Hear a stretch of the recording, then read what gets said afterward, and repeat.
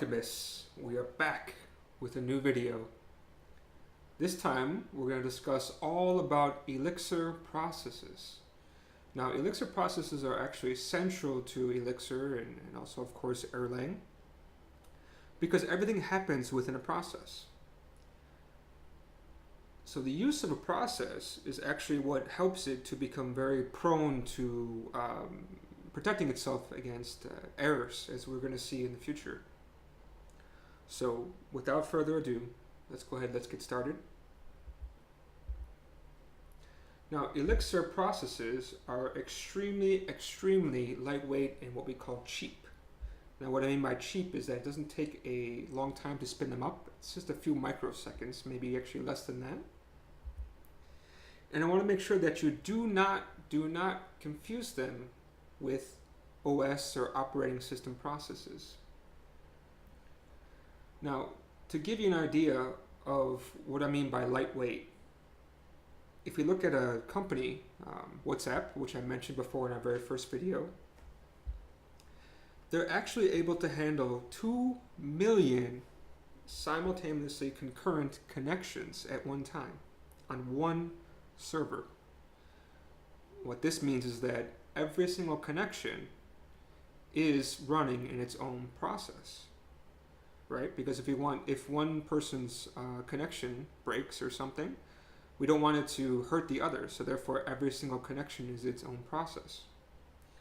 Therefore, if there's 2 million concurrent connections on one server, that means that there must be more than 2 million processes on one server. And they did this all the way back in 2012, okay? This isn't the very recent thing. This is 2012, about, 6 years or so ago? At least 5 years ago. And since then, I'm pretty sure they probably have a lot more. I will go ahead and be honest. Their servers are probably, sorry, not probably, but they definitely are quite beefy in terms of power, right? They have to have quite a bit of RAM because every single process requires at least 1 kilobyte of space. And also you're going to want to have some really good CPU because you want to be able to handle all those different processes. And to really bring this in, the idea of a process is actually the basis of Elixir or Erlang programs, because like I said, everything is within a process in order to protect itself.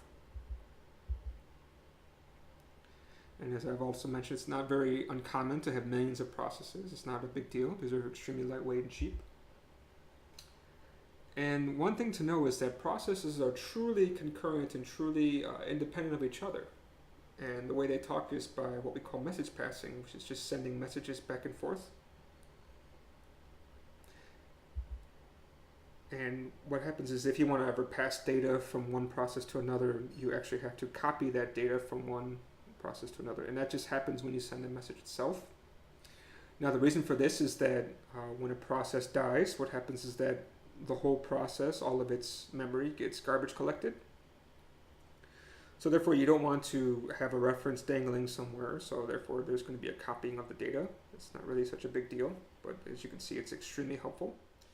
Let's go ahead and let's show you a little bit of how this all works. So what I'm going to do is I'm going to fire up IEX.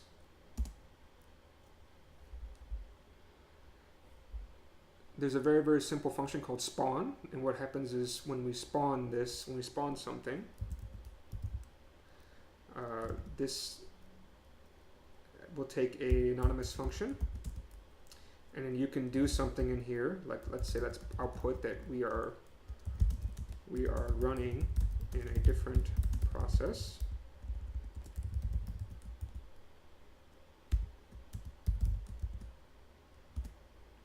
So this actually gets ran to a different process.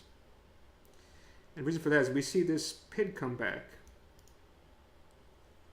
And remember I told you guys that everything is actually ran within a process. Well, if we want to get the current PID or process ID, we just use the function self.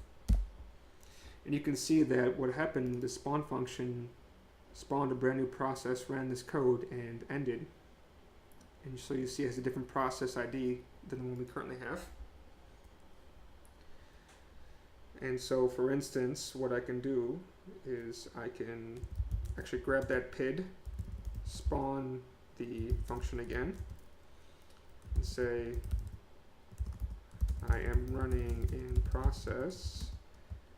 Then we can inspect the current process and output that. So you see the self call, you see our own self call is 104, this self call is 109, return back 109, and we can actually ask it, is this process still alive? No, it died, because once it got through this function, it just dies automatically. Now, what else we can do is I went ahead and I created a module called Elixir Processes. It has a loop function. And another way you can, what happens is that when you want to send messages, you're going to have a receive block on the other end. And then you have a series of what looks like case statements where you pattern match on the message that comes in. And so what I do is I just pattern match, only accept an add command with the two numbers, add those two numbers together. And this function is called loop. And as you can see over here, what we do is we actually use the tail recursion so that we can just keep going and going and going over and over again. But if we send a different command that we don't know, I'm just going to go ahead and exit that function. Because we don't call loop again, this will just exit. I'm going to show you how that works right now. So we're going to load up IEX and we're going to run our mix project. So therefore we're going to have this module running. And again, I'm going to get the PID with spawn. Now remember, spawn before we used an anonymous function. Well, what you can also do is you can pass in the name of the the name of the module. And then you pass in atom of the function name, loop, and a list of arguments. And because this one has 0 arguments, then our list will be empty. And you see there's a brand new PID that got returned. And if we check, this PID is running. So now what we can do is we can send it a message. How we do that? There's a function called send. You pass in the PID, and remember it takes a tuple with add and 2 numbers. So we can pass in a tuple, add. We can pass in, let's say it's pass in 2 and 3.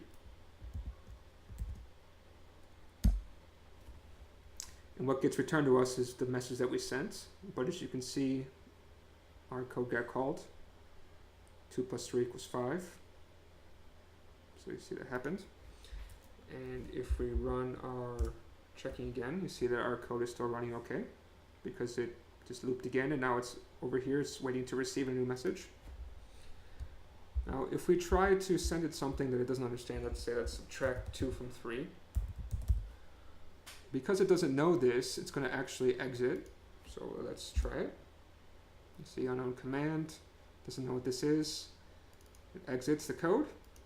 And we can check to see, did it actually exit? Yes, it did.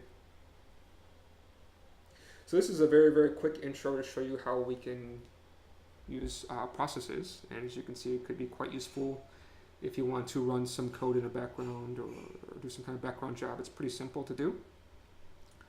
So again, this is Alan from Plangora, and I'll see you guys next time. Please subscribe, and I'll see you then. Bye.